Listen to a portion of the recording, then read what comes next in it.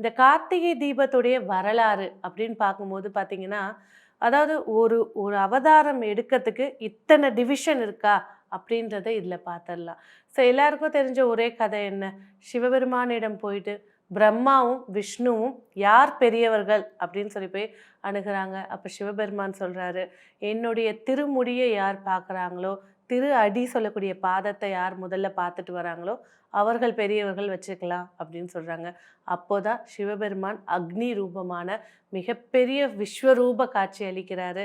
இதுல இருக்கக்கூடிய இன்னொரு அவதாரம் என்னன்னா, பெருமாள் வந்து வராக ரூபம் எடுத்து திருஅடி தேடி போறாரு.